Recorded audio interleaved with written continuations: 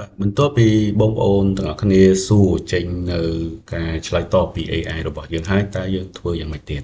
បាទអញ្ចឹងបងប្អូនទាំងអស់គ្នាអាច copy ពាក្យព័ន្ធជាមួយនឹងការឆ្លើយតបនេះយកទៅប្រើប្រាស់ផ្សេងៗបាទប្រើប្រាស់ផ្សេងៗបាទហើយការ copy គឺងាយស្រួលមែនទែនអញ្ចឹងឧទាហរណ៍ថាឥឡូវខ្ញុំត្រូវ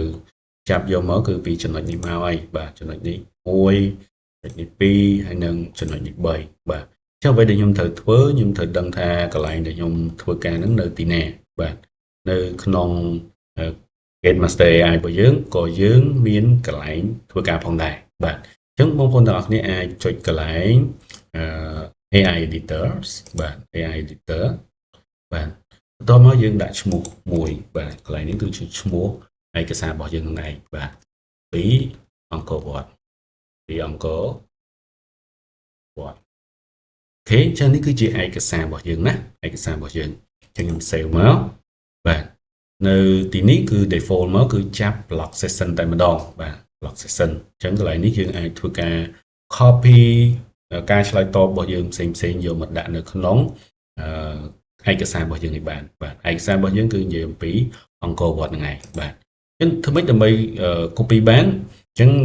បងប្អូនទាំងអស់គ្នាចុចកន្លែង AI expert មកអញ្ចឹង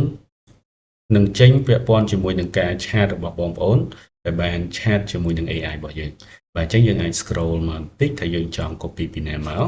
បាទអញ្ចឹងអ្វីដែលខ្ញុំចង់ copy ខ្ញុំចង់ copy ពីនេះមកបាទអញ្ចឹងខ្ញុំអាចចុចប៊ូតុង copy នេះតែម្ដងណាមិនបាច់ select ទេបាទមិនបាច់ select ទេឬក៏បងប្អូនចង់ alt select អញ្ចឹងក៏បានហើយចង់ copy ក៏បាន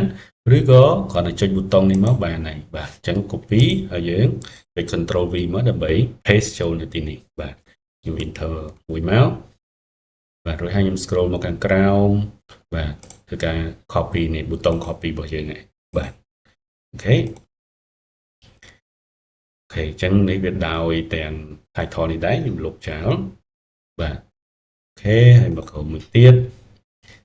នេះអត្ថបទខាងក្រោមនេះគឺខ្ញុំត្រូវការដែរអញ្ចឹងខ្ញុំធ្វើការ copy ដែរបាទអូខេអញ្ចឹងបងប្អូនទាំងអស់គ្នាអាចទទួលបាននៅឯកសារមួយនៅទីនេះបាទ title នេះបើបងប្អូនចង់ remove ក៏ remove ទៅប៉ុន្តែខ្ញុំដាក់នៅទីនឹងចោះដោយសារតែវាជាប្រធានបទថ្មីមួយដែរប៉ុន្តែ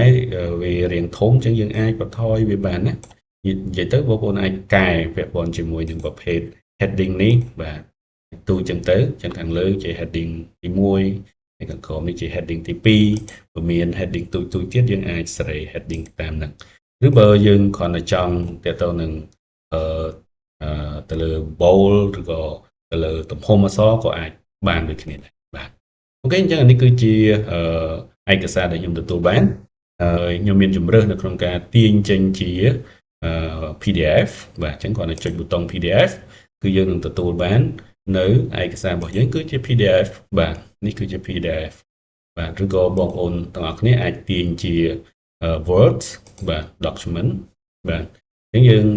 download បានជា Word document ហើយបាទអញ្ចឹងយើងអាចយកទៅកែបន្តនៅក្នុង file Word របស់យើងទៀតទៅបាទអញ្ចឹងយើងអាចធ្វើការដូរ font ដូរអីទៅតាមការតុបតែងរបស់យើងឲ្យស្អាតអញ្ចឹងណា